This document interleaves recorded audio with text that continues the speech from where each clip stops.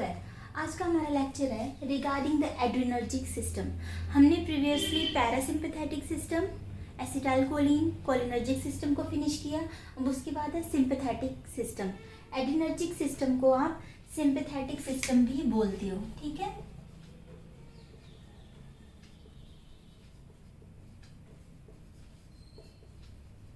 अब इसमें जो हमारे न्यूरोट्रांसमीटर्स हैं वो क्या है? कैटेकोलामीन्स। ये हमारी न्यूरोट्रांसमीटर है। हमने क्या बोला? एड्रेनर्जिक सिस्टम मतलब एड्रेनालिन। तो देखते हैं पहले कि कैटेकोलामाइंस है क्या, ठीक है। कैटेकोलामाइंस आपके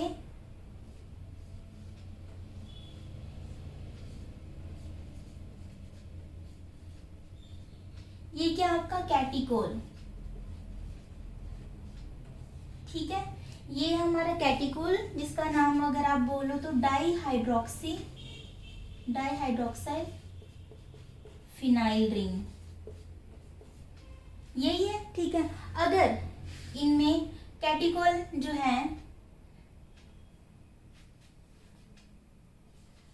अमाइन डेरिवेटिव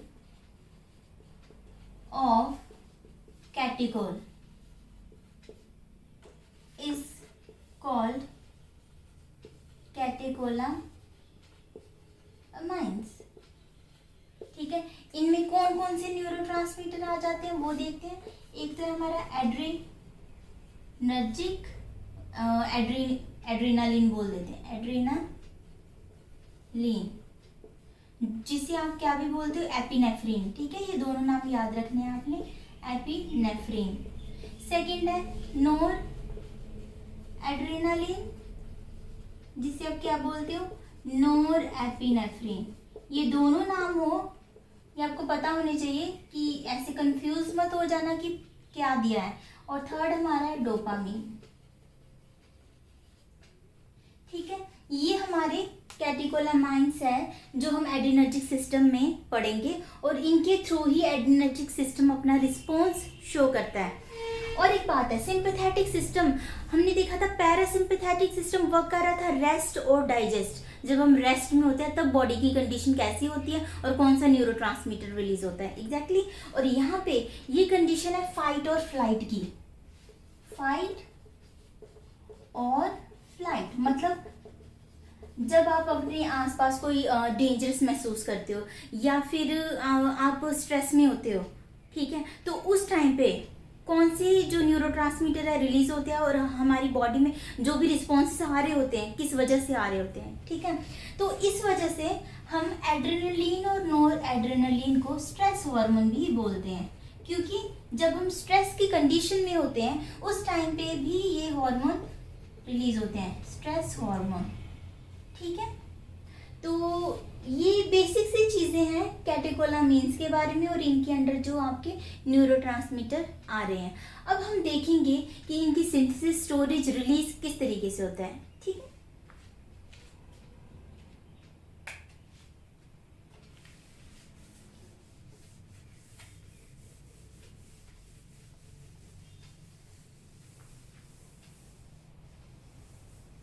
लेट्स सी, ये आपका न्यूरोट्रांसमीटर न्यूरॉन्स हैं प्रीसाइनेप्टिक, और यहाँ पे आपका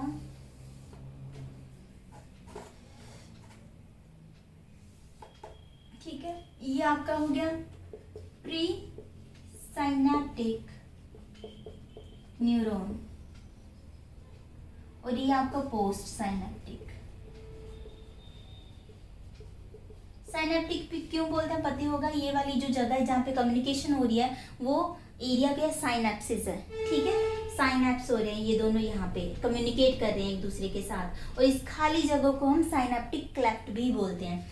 अब चलो सिंथेसिस की तरफ अगर जाएं तो जो आपके कैटेकोलामीन्स है, ठीक है, ये टायरोसिन से बनते हैं। याद रखना है आपने, किससे बनते हैं? प्रिकर्सर अगर हम बोलें तो tyrosine is the precursor for the synthesis of catecholamines. Okay, और ये कहाँ पे वो बनते हैं, कहाँ पे बनते हैं, इनकी लोकेशन की बात अगर हम करें, adrenal cortex and CNS, central nervous system. ये तो आपको पता है, सेंट्रल नर्वस सिस्टम ब्रेन और स्पाइनल कॉर्ड हो गया, और एड्रिनल कोर्टेक्स आपको अगर किडनी की बात करें तो ये सॉरी बीन शेप ये स्ट्रक्चर हो गया, और यहाँ पे ठीक है, यहाँ पे आपका एड्रिनल ग्लैंड होता है, और एड्रिनल ग्लैंड का अगर ये हमने ग्लैंड सपोज कर लो ये है, तो बाहर क्या होता है, कोर्टेक्स, एड्रिनल कोर्टेक्स हो गया, और जो इनर पोर्शन है ये इनसाइड मतलब कोर, ये है एड्रिनल मेड्यूला। समझ आई बात? तो ये आपका क्या था, एड्रिनल ग्लैंड, जो किडनी के जस्ट टॉप पे है। ठीक है, तो एड्रिनल कोर्टेक्स एंड सीएनएस में इसकी सिंथेसिस होती है, सारा प्रोसेस चलता है। ठीक है,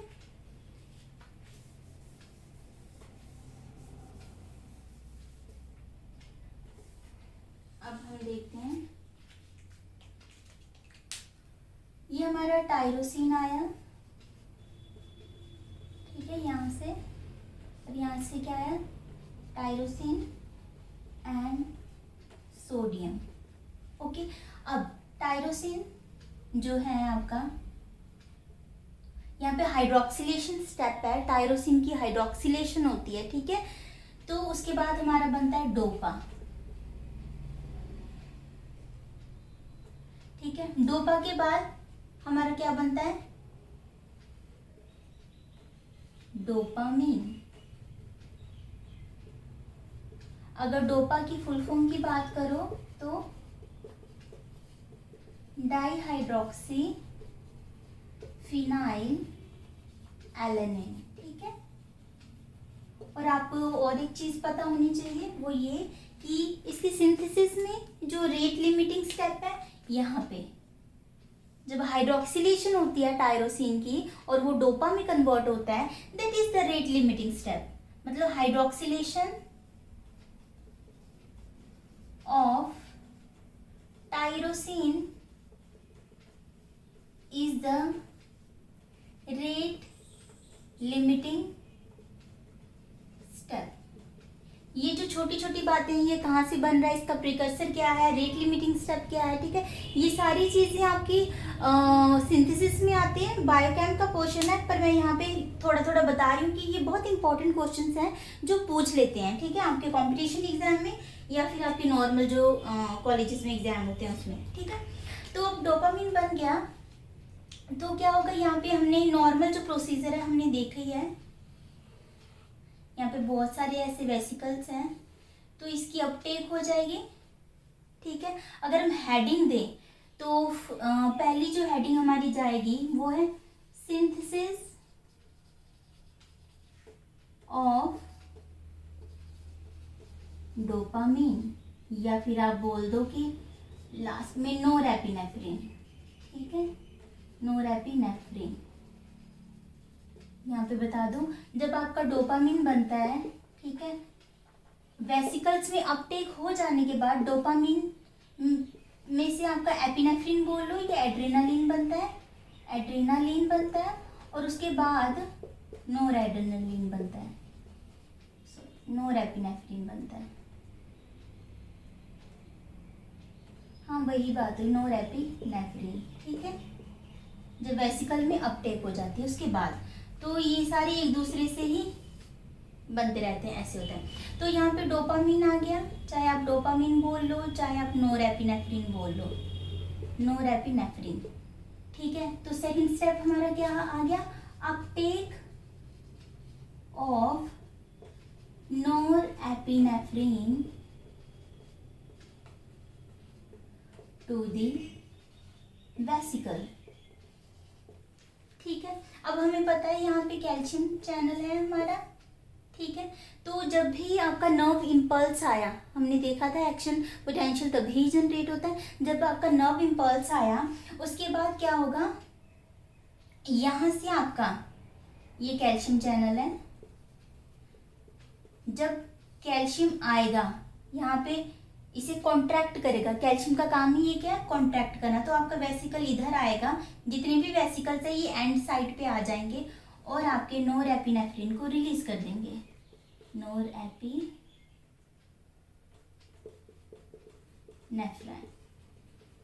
ठीक है। और अगर रिसेप्टर की बात करें हम, तो यहाँ पे सपोज करो ये आपका नोरएपिनेफ्रिन है, ठीक है। और उसके बाद यहाँ पे आपका फॉर एग्जांपल रिसेप्टर लगा हुआ है ऐसे, ठीक है। तो यहाँ पे आपका रिसेप्टर लगा हुआ है। देन उसके बाद रिसेप्टर के साथ लग जाएगा, थर्ड स्टेप आपका आएगा रिलीज ऑफ नोरएपिनेफ्रिन, न्यूरोट्रांसमीटर ही है, नोरएपिनेफ्राइन, ठीक है, रिलीज हो गया। देन फोर्थ स्टेप आपका रिलीज होने के बाद क्या बाइंड हुआ, बाइंडिंग टू द रिसेप्टर, ठीक है। एक और बात है यहाँ पे आपका, ठीक है, यहाँ पे आपका प्री साइनेप्टिक रिसेप्टर लगा होता है जहाँ पे आपका नोरएपिनेफ्रिन बाइंड कर जाता है, ठीक है। प्री साइनेप्टिक रिसेप्टर, यहाँ पे प्री साइनेप्टिक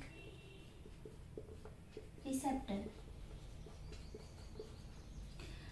अब जब नोरएपिनेफ्रिन आपका रिलीज हुआ, इसके साथ क्या क्या हो सकता है, ठीक है। एक तो और एक बात है कि यहाँ से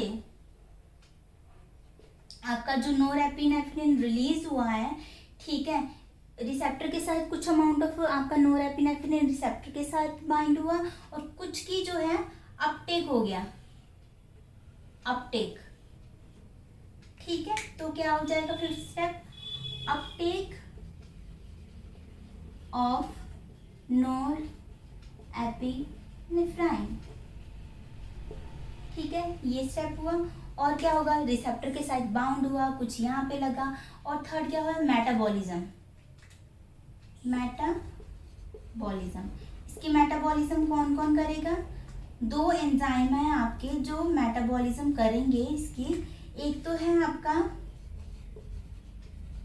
कैटिकोल ओ मिथाइल ट्रांसफेरेज, जो आपके नोरएपिनेफ्रिन है इसकी मिथाइलेशन कर देगा और आफ्टर मिथाइलेशन ये जो आपका इनएक्टिव मेटाबोलाइट में कन्वर्ट हो जाएगा। तो आफ्टर द मिथाइलेशन, इसकी फुल फॉर्म यहाँ पे लिख देती हूँ,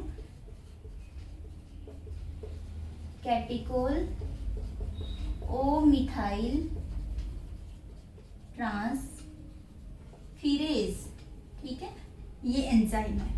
तो आपका आफ्टर मिथाइलेशन इनएक्टिव मेटाबोलाइट बन गया, एग्जैक्टली। सेकंड क्या है, यहाँ पे दूसरा एंजाइम जो है जो इसकी ऑक्सीडेशन करता है, माओ, ठीक है, monoamine oxidase, MAO, monoamine oxidase, ठीक है। ये आपका सेकंड एंजाइम है, मोनोअमाइन ऑक्सीडेज। तो ये क्या कर देगा, ऑक्सीडेशन कर देगा, फिर आपका ये इनएक्टिव मेटाबोलाइट में कन्वर्ट हो जाएगा, इनएक्टिव मेटाबोलाइट में, ठीक है। तो ये था पूरा आपका सिंथेसिस। अब कौन कौन सी ड्रग है जो इस पाथवे पे एक्ट करती हैं वो हम देखेंगे। सबसे पहले डोपामिन की रीअपटेक को जो रोकेंगी, ठीक है, वो कौन सी ड्रग होगी, जो इनहिबिट करेंगी इस स्टेप को, uptake of norepinephrine into the vesicle. तो ये है आपका रेजरपेन या रेजरपाइन बोल लो या रेजरपेन बोल लो, ठीक है, ये है। दूसरा, जब कैल्शियम आया और ये रिलीज हुआ, ठीक है, तो उसके बाद जो रोकेंगी वो कौन सी है, यहाँ पे जो ड्रग आपकी रिलीज को रोकेंगी वो है ग्वानाथिडेन, ठीक है, ये हो गया।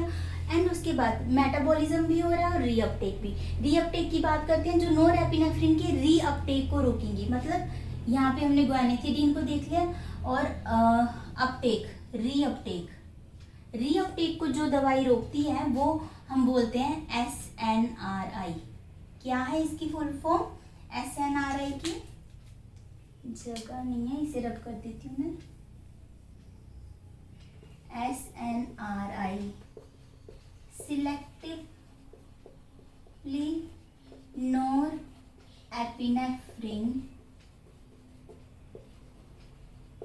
रीअपटेक इनहिबिटर, जो रीअपटेक को इनहिबिट ही कर देंगी, इनहिबिटर। इसमें आपकी जो ड्रग्स आ जाती हैं SNRI में, कोकेन,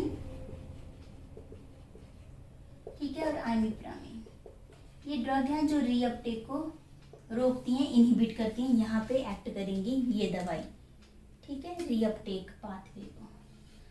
हम इस तरीके से अपनी जो कैटेकोलामीन्स है, नॉरएपिनेफ्रिन है, उसके लेवल को बढ़ा के और एक्शन कर सकते हैं, ठीक है। काफ़ी थेरेप्यूटिक यूजेस हैं, इसलिए हम इसे थोड़ा बचा रहे हैं कि कहीं से भी ये नॉरएपिनेफ्रिन का लेवल डिप्लीट ना हो, रिसेप्टर से बाइंड होकर अपना एक्शन शो करे, इसलिए हमें SNRI हो गया। अब यहाँ पे देखते हैं कि यहाँ पे भी ड्रग्स आपकी एक्ट करेंगी, कोमेट इनहिबिटर्स, ठीक है, ये अलग चैप्टर होगा, हम उसमें इनकी ड्रग्स कवर करेंगे। और यहाँ पे इस स्टेप पे आपका माओ इनहिबिटर, आपका जो मोनोअमीन ऑक्सीडेज है ये सिर्फ यहीं पे ही नहीं है, इवन कि जब रीअपटेक होगा वहां पे भी ये एंजाइम प्रेजेंट होता है। तो यहाँ पे भी कुछ, जब रीअपटेक का प्रोसेस हो रहा है, ये माओ क्या करेगा, मोनोअमीन ऑक्सीडेज यहाँ पे मेटाबोलाइट कर देता है कुछ अमाउंट ऑफ नॉरएपिनेफ्रिन को, और यहाँ पे भी इसका लेवल डिप्लीट हो जाता है। और सेम यहाँ पे भी आपका मोनोअमीन ऑक्सीडेज जो एंजाइम है वो प्रेजेंट होता है, जो कि डोपा को यहीं से ही इनएक्टिव मेटाबोलाइट में कन्वर्ट कर देता है, ठीक है, कुछ अमाउंट ऑफ इनएक्टिव मेटाबोलाइट को, ठीक है। मोनोअमीन ऑक्सीडेज यहाँ पे भी प्रेजेंट है, यहाँ पे भी, और आफ्टर इसके यहाँ पे भी प्रेजेंट है। और जब डोपामिन अपटेक हो जाता है तो वेसिकल के अंदर जो नॉरएपिनेफ्रिन बनता है वो इन जो एंजाइम है इनसे बचा रहता है यहाँ पे, ठीक है। वेसिकल अपटेक के बाद ये एक तरीके से सेफ हो जाता है, ठीक है। तो ये थी आपकी पूरी synthesis, storage, release of catecholamines, ठीक है। अब हम देखेंगे, होप सो आपने ये नोट कर लिया होगा। अगर हम यहाँ पे देखें, यहीं पे थोड़ा सा बता देती हूँ आपको, ये रब करना पड़ेगा।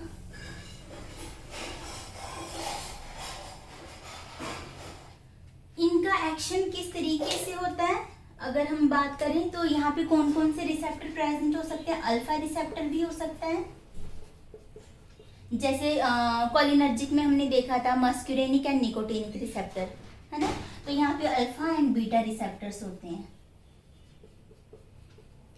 सब टाइप्स देख लिए, alpha 1, alpha 2, beta 1, beta 2, beta 3, ये रिसेप्टर्स होते हैं, ठीक है। अल्फा रिसेप्टर से जब आपकी ड्रग बाइंड होगी, न्यूरोट्रांसमीटर बाइंड होगा, तो कौन सा पाथवे एक्टिवेट हो जाता है, GI, GO एंड GQ। अब हमें पता है GI GO क्या करेंगे, कैल्शियम को इनहिबिट करते हैं, कैल्शियम इनहिबिट, और पोटेशियम चैनल को ओपन करते हैं। और GQ क्या करता है, ये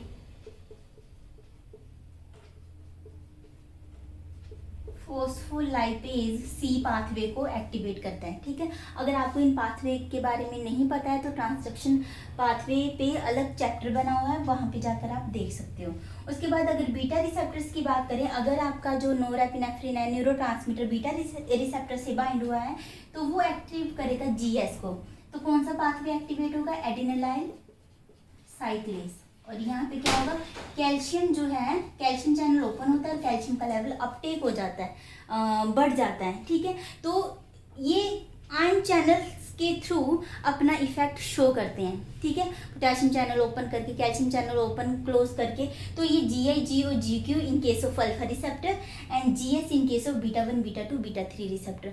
आगे हम नेक्स्ट वीडियो में जब ड्रग्स को कवर करेंगे तो हम देखेंगे किस तरीके से एक एक ड्रग अपना एक्शन इनके थ्रू शो करती है, ठीक है।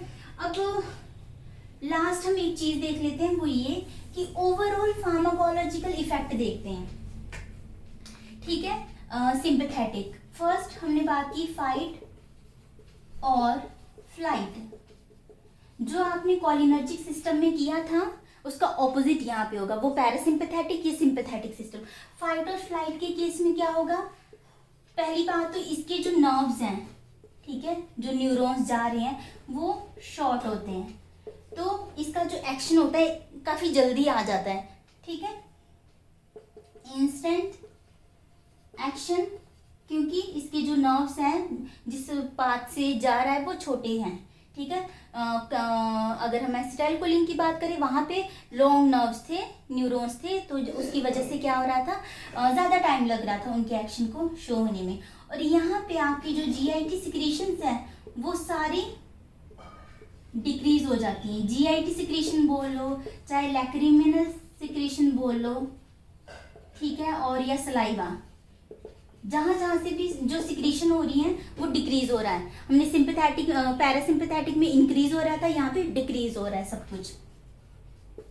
वहां पे ब्रेडिकार्डिया हो रहा था, यहाँ पे टैकीकार्डिया होगा, ठीक है, टैकीकार्डिया मतलब आप बोल सकते हैं increase, heart rate increase, BP, जब आप घबराते हो, ठीक है, डेंजरस मतलब डेंजर में महसूस करते हो खुद को, तो उस टाइम पे आपकी हार्ट बीट फास्ट हो जाती है, उस कंडीशन को हम टैकीकार्डिया बोलते हैं, increase in the heart rate.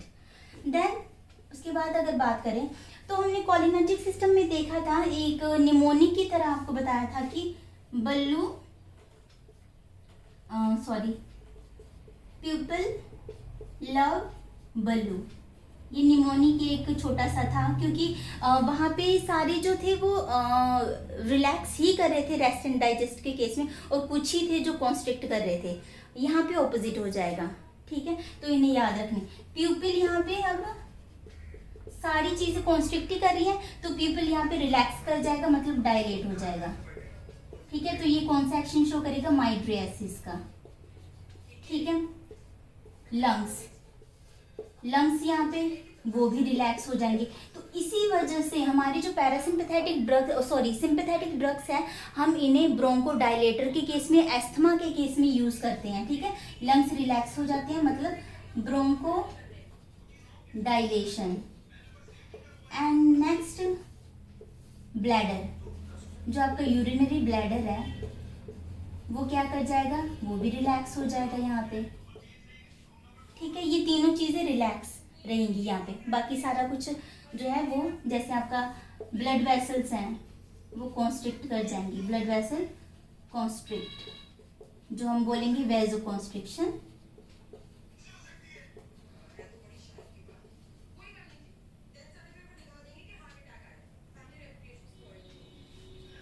ठीक है।